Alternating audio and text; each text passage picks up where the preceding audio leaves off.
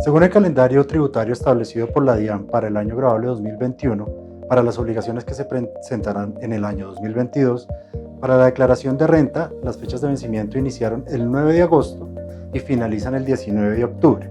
La fecha específica de vencimiento depende de los dos últimos dígitos del NID, que para los nacionales colombianos corresponde al mismo número de la cédula. Entonces, para tener en cuenta que esos dos últimos dígitos son los que determinarán la fecha hasta la cual voy a poder presentar mi declaración de renta sin incurrir en una sanción por extemporaneidad. Esto no implica que sea esa la fecha en la que debo hacer la presentación, sino que hasta tal día es que puedo hacer la presentación. Lo mejor es hacerlo antes para evitar temas de última hora. A veces se congestionan los servidores de la administración de la DIAN y generan ciertos inconvenientes con la firma digital y la presentación. Entonces, para evitar este tipo de problemas y sanciones, lo recomendable es hacer la presentación con antelación. Pero revisemos quiénes son los que están obligados a presentar declaración. Debemos revisar criterios adicionales a solamente los ingresos. Debemos revisar patrimonio, ingresos brutos e inclusive compras que haya hecho en establecimientos comerciales, consumos con tarjetas de crédito o débito o consignaciones bancarias, que es uno de los criterios que muchas veces omitimos, pero que muy seguramente nos puede obligar cuando recibimos depósitos de terceros. Entonces, revisemos los montos. Patrimonio. Si mi patrimonio superó 4.500 VT, que equivale a aproximadamente 160 millones, quiere decir que voy a estar obligado a declarar. Y una aclaración, es uno de ellos, no que sea es decir, que se cumplan dos al tiempo, sino cualquier criterio de los que estamos mencionando. Entonces, el patrimonio. ¿Qué incluyo en el patrimonio? Casas, carros, activos, cualquier tipo de activos, colecciones de relojes, los cuadros, todo eso es un activo que está a nombre mío y suma dentro de ese monto. Debo tenerlo en cuenta. Si supero los 4.500 VT, voy a estar obligado a declarar. Ahora bien, puede que no supere ese monto, pero resulta que recibí ingresos por más de 1.400 VT, cerca de 50 millones de pesos en el año. Quiere decir que si recibí esos ingresos, voy a estar obligado a declarar. Y son los dos que normalmente revisamos. Ahora bien, la DIAN tiene información de las compras que yo he realizado en los establecimientos comerciales y esa información es la que ellos cruzan y utilizan para saber si yo estoy obligado. Es un récord que nosotros normalmente no tenemos, pero ellos sí lo tienen. Entonces, cuando me piden la cédula en los establecimientos comerciales es para reportar mis compras y llevar ese récord de los montos que yo he pagado durante el año. Si supero 1.400 VT, que equivalen también a los 50 millones de pesos, voy a estar obligado a declarar. Si lo hago con las tarjetas de crédito o débito, supero ese monto, voy a estar obligado a declarar. Y enfoquémonos en el tema de los depósitos, las consignaciones. Muchas veces no cumplo con ninguno de los criterios anteriores, pero resulta que puede darse el caso que tengo un familiar en el exterior que envía algún dinero, alguna remesa, para que yo, a través mío, lo entregue a otro familiar que no tiene una cuenta bancaria o por cualquier otra razón. Esa consignación en mi cuenta suma para determinar mi obligación a declarar, que son también 1.400 VT. Entonces, por ejemplo, si recibí 36 millones de pesos por ingresos, por salarios, en mi cuenta bancaria, y recibí 20 millones de pesos por remesas durante el año, que no son para mí, pero sí son para un familiar mío y afectaron o sumaron dentro de mis consignaciones. Esa consignación hace que supere el monto y que esté obligado a declarar. Entonces, la preocupación que surge es si esa consignación va a sumar a mi ingreso y va a generar un impuesto. No necesariamente, o no en la medida en que yo pueda demostrar que es un dinero que no es mío, que fue una consignación en beneficio de un tercero. Entonces, estos son los criterios que debemos tener en cuenta para determinar si estoy obligado a declarar o no. Una vez determinada la obligación de declarar, debemos estar seguros de la fecha de vencimiento y de presentar nuestras obligaciones en tiempo y forma.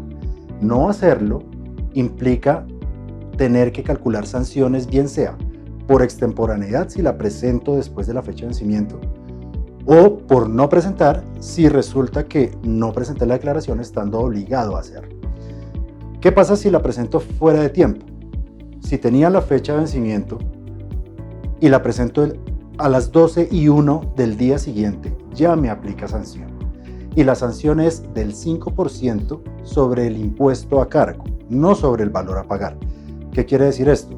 Cuando yo hago el proceso de depuración y llego al impuesto a cargo, antes de aplicarle las retenciones en la fuente, a ese valor es que le debo calcular el 5% por cada mes o fracción.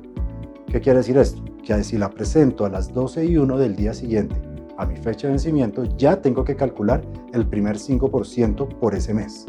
Adicionalmente, si tengo un valor a pagar en la declaración, aplicarán intereses diarios, eso sí, sobre el valor que le adeudo a la DIAN por valor a pagar en la declaración de renta. Esta es la de extemporaneidad. Resulta que si me paso un mes más, tengo que sumarle otro 5% sobre el impuesto a cargo como sanción. ¿Qué pasa si no presento? Inicialmente, la DIAN puede enviar una invitación recordando que, con base en la información que recibe de los terceros, tenía la obligación de declarar. Digamos, es el caso de las consignaciones, que no lo identifiqué y la DIAN me dice, el banco me reportó que usted lo superó. Tenía que declarar. Lo primero, normalmente puede ser una invitación para que yo la presente y calcule la sanción por extemporaneidad e intereses que apliquen. Si persisto en mi incumplimiento, podemos llegar hasta que la DIAN pueda imponer una sanción del 20% sobre las consignaciones realizadas en el año gravable, los ingresos brutos o el 20% de los ingresos brutos declarados el año anterior. Entonces, esas son las sanciones principales que podemos identificar por el no cumplimiento de la obligación formal de presentar la declaración de renta. Tener mucho cuidado porque son sanciones bastante onerosas, además de los intereses diarios que deben calcularse. Ahora bien, uno de los mitos es, si declaro renta, si tengo que presentar declaración de renta, tengo que pagar impuestos. No necesariamente, porque dentro de la declaración de renta lo que hacemos es un proceso de depuración. ¿Y qué es la depuración? Es simplemente arranco de un ingreso bruto, le quito todo lo que le pueda quitar, que tienen unos nombres técnicamente definidos y un tratamiento definido, pero al final del día lo que hacen esos ítems es restar de la base gravable y lo que quiero es llegar a la menor base gravable posible, con base en la ley. A esa base la llevo a la tarifa, a la tabla progresiva del 241 del estatuto, y es la que me determinará el impuesto a cargo. Entonces, cuando yo hago este proceso, muy seguramente habrá ingresos en los que una vez depurada la base me arroje un impuesto cero y un valor a pagar cero. Lo que quiere decir que presento mi declaración, cumplo con mi deber formal, a pesar de que el impuesto a pagar sea cero. Entonces, el hecho de presentar una declaración no necesariamente implica un pago de impuesto. Puede darse el caso también de que se genere un saldo a favor, bien sea porque se practican retenciones en la fuente más altas, por no reporte de beneficios en su momento al área de nómina, pero los tomo en la declaración. Puede ocurrir el caso. Entonces se practican retenciones superiores que al final, cuando preparo mi declaración de renta, arrojan un impuesto inferior, luego me generaría un saldo a favor. No quiere decir que esté mal, no quiere decir que no tenga que pagar impuesto. Lo que quiere decir es que esa retención practicada durante el año fue mayor a lo que finalmente me generó la declaración. Es importante tener en cuenta en el proceso de depuración de la renta que la ley taxativamente permite ciertas partidas para las rentas laborales. No cualquier gasto puede ser incluido dentro de la declaración de renta. Estas partidas son intereses por créditos hipotecarios, dependientes económicos o pagos por medicina prepagada.